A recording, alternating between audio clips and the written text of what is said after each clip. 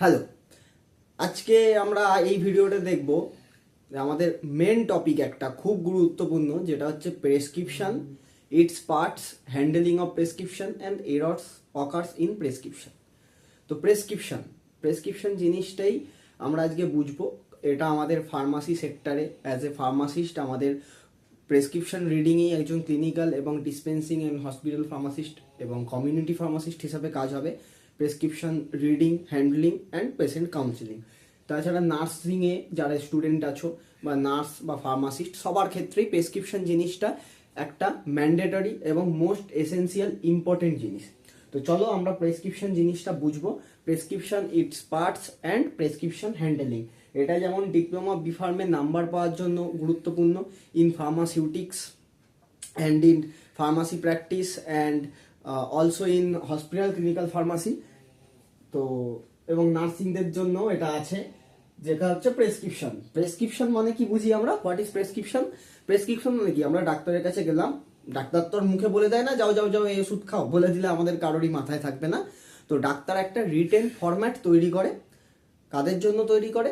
যারা dispensing pharmacist বা hospital pharmacist, ফার্মাসিস্টদের জন্য তৈরি করে বা নার্সদের জন্য তৈরি করে, যেটা থেকে তারা ওষুধ একজন মানুষকে দেয়। তাহলে প্রেসক্রিপশন কি? প্রথমেই আমরা প্রেসক্রিপশন হচ্ছে একটা written and legal document issued by a registered medical practitioner or যাকে আমরা বলি ডক্টরস। তাহলে ডক্টরসরা একটা লিগাল রিটেন ডকুমেন্ট প্রোভাইড করে পেশেন্টকে, যেটা পেশেন্ট আনে ফার্মাসিস্টদের কাছে এবং ওষুধ তুলে নিবে। তাহলে এবার দেখতে হবে যে আমাদের এই প্রেসক্রিপশনে কি কি প্রথমত আমাদের প্রথমে দেখতে হয়। তো এটা আমরা যদি পর পর ধাপে ধাপে পড়ি, এটা আমাদের মাথায় গেঁথে থাকবে, আজীবনে আমরা কোনোদিন ভুলবো না। তো চলো দেখা যাক প্রেসক্রিপশনের পার্টস কি কি থাকতে পারে। তো একটা প্রেসক্রিপশন প্রথমে পেলে তুমি কি দেখবে?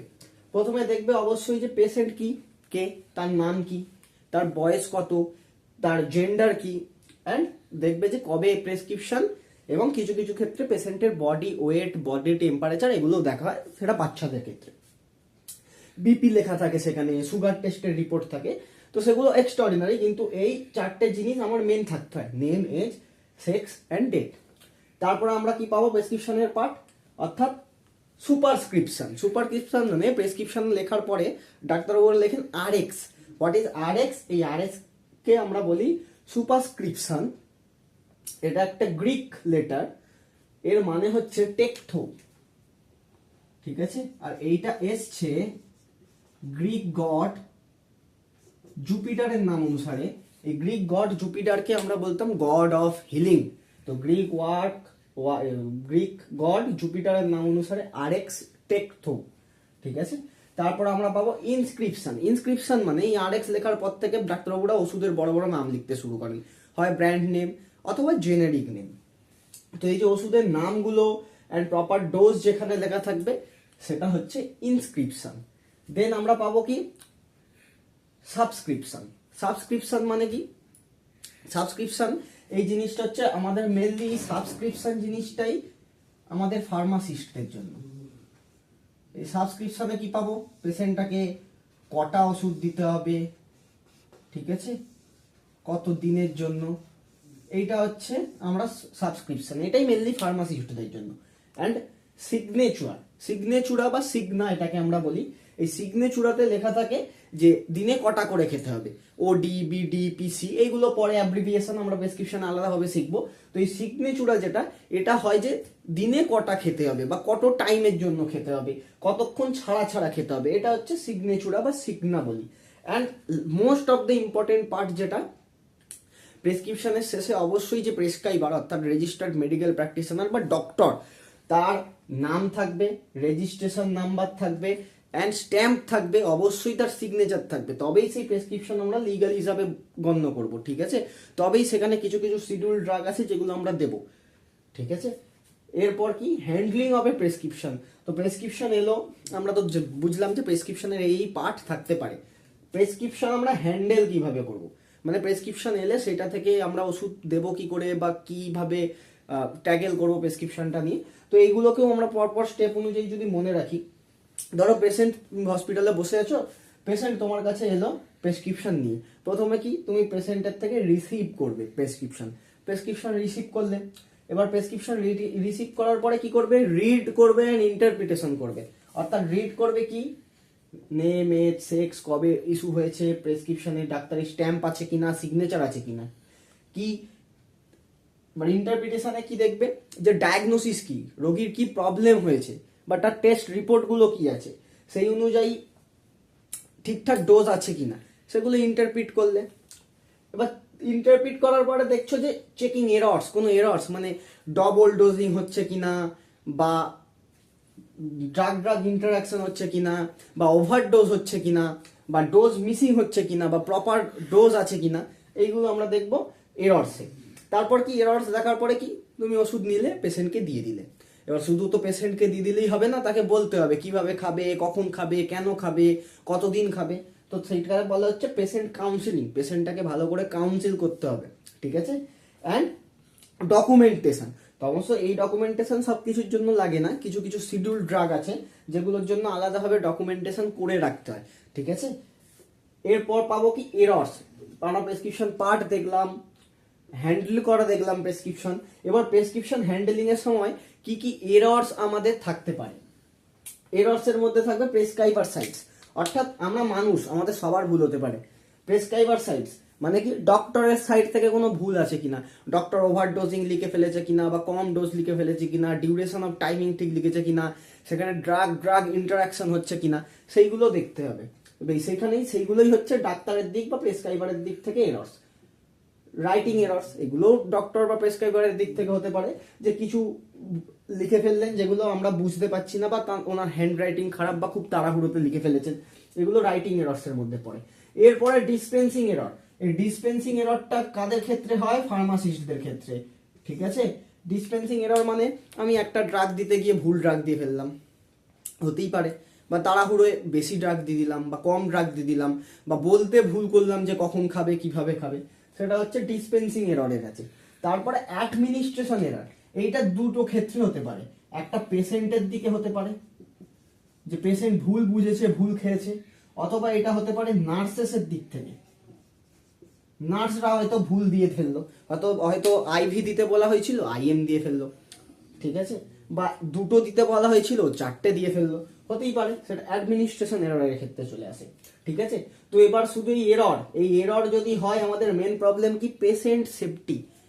অ্যাকচুয়ালি আমাদের মেডিকেল প্রফেশনে সমস্ত medical staff, doctor, nurse, pharmacist, paramedical, lab, সবারই একটাই উদ্দেশ্য, পেশেন্ট সেফটি বজায় রাখা। তাহলে পেশেন্ট সেফটি এখানে ক্ষুণ্ণ হবে, পেশেন্টের ক্ষতি হতে পারে। তাই জন্য আমরা এইটা থেকে ওভারকাম করার জন্য ইউজ করি কি 5R ফর্মুলা, যেটাকে বলি 5R ফর্মুলা।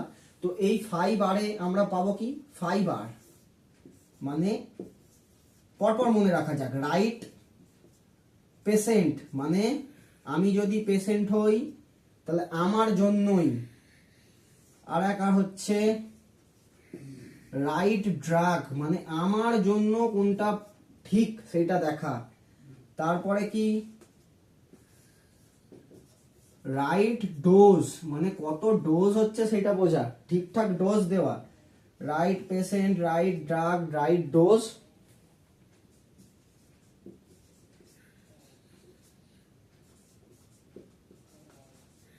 রাইট টাইম অর্থাৎ কত কত কত দিনের জন্য খাবে, বা কতক্ষণে কটা খাবে বা কখন খাবে, অ্যান্ড রাইট অ্যাডমিনিস্ট্রেশন, কিভাবে খাবে। এই 5টা আর এইটা যদি আমরা প্রপারলি ফলো করতে পারি, তাহলে আমরা প্রেসক্রিপশন এররকে অনেক গুণে কমিয়ে দিতে পারি, যাতে কি হয়, পেশেন্ট সেফটি ভালো করে হয়, এন্ড কি আর কি হতে পারে, পেশেন্ট সেফটি হলে এফিকেসিও ভালো করে হবে, এন্ড রিকভারিংও ভালো করে হবে, ঠিক আছে। এবারে কি আমরা সব বুঝলাম যে কিভাবে হ্যান্ডেল করতে পারি, কিন্তু এই যে এরর হচ্ছে তার কজ কি, এররের কারণ কি হতে পারে? প্রথম এররের কারণ হতে পারে লাসা। এটা আমরা পড়বো, এটা আমরা ফার্মাসি প্র্যাকটিসে পড়বো, হসপিটাল ক্লিনিক্যাল ফার্মাসিতে পড়বো, নার্সরাও পড়ে। লাসা কি, লুকস অ্যালাইকস অ্যান্ড সাউন্ডস অ্যালাইকস, মানে কিছু কিছু ওষুধ দেখতে ঠিক সেম হয়, আবার কিছু কিছু ওষুধের নাম ঠিক উচ্চারণেও প্রায় কাছাকাছি থাকে। তো সেই সমস্ত ওষুধগুলোকে ঠিকঠাকভাবে অ্যারেঞ্জিং করে আমরা প্রেসক্রিপশন এররকে কমিয়ে দিতে পারি। কমিউনিকেশন এরর, অর্থাৎ আমি যেরকম বলছি একজন পেশেন্ট বুঝতে পারছে না, সেখানে ভাষার একটা ব্যারিয়ার হয়ে যাচ্ছে, তখন বডি ল্যাঙ্গুয়েজ দিয়ে পেশেন্টকে বোঝাতে হবে। তো পেশেন্ট আর আমার মধ্যে কমিউনিকেশন, ডক্টর ফার্মাসিস্টের মধ্যে কমিউনিকেশন ভালো হলে তখন প্রেসক্রিপশন এররটা অনেকটা কমে যায়। ঠিক আছে। ল্যাক অফ নলেজ, অর্থাৎ কোনো জিনিসের প্রতি না জেনে সেই জিনিসটাকে করতে যাওয়া, সেখানের জন্য প্রেসক্রিপশন এরর বাড়ে। তো সেইগুলোকেও কমিয়ে প্রেসক্রিপশন এরর কমাতে পারি। অ্যান্ড ওভার ওয়ার্কলোড, মানে একটা হসপিটাল সেক্টরের ডাক্তারবাবু, নার্স, ফার্মাসিস্ট সবারই অনেক অনেক কাজ থাকে, অনেক পেশেন্ট ফ্লো থাকে, সেইগুলোর জন্য মাঝে মাঝে তাড়াহুড়োতে ভুল হয়। তো সেই ভুলগুলোকে যত আমরা কমাতে পারবো, পেশেন্ট সেফটি, ডোজ এফিকেসি, এইগুলো আমরা বাড়াতে পারবো, রিকভারিংও তাড়াতাড়ি করতে পারবো, সাইড এফেক্ট কম হবে, এডিআর কম হবে। তো এইভাবে আমরা যদি পরপর স্টেপ বাই স্টেপ মনে রাখি what is prescription, prescription error, তাহলে কিন্তু আমাদের পরবর্তী সময়ে রিয়েল লাইফ ওয়ার্কেও কাজে লাগবে। And it is for exam purpose. এখান থেকে 5 নাম্বার কোশ্চেন আসে সব মিলিয়ে, তো সেখানে 5-এ 5 আমরা পেতে পারবো যদি পর পর এইভাবে সিকুয়েন্স ওয়াইজ মনে রাখি। তো সেই মনে রাখাটা আমি চেষ্টা করলাম এই ভিডিওর মাধ্যমে, আশা করি সবার হেল্প হবে। অ্যান্ড এরকম আরও নতুন নতুন ভিডিও আসবে আমার চ্যানেলে, pharmacy related, nursing related, medical, paramedical related সমস্ত কিছু। তো এই সমস্ত ভিডিওর মাধ্যমে আশা করি সবাই একটা মিনিমাম পাস মার্কস তুলতে পারবে আমাদের এক্সামে। অ্যান্ড কেউ কেউ তো ভালো মার্কসও পাবে যদি নিজে থেকে আরও পড়াশোনা করে লেকচার দেখার সাথে সাথে। তো থ্যাংক ইউ। আর এরকম আরও নতুন নতুন ভিডিও পেতে অবশ্যই চ্যানেল লাইক, শেয়ার, সাবস্ক্রাইব করে পাশে থাকো। Thank you.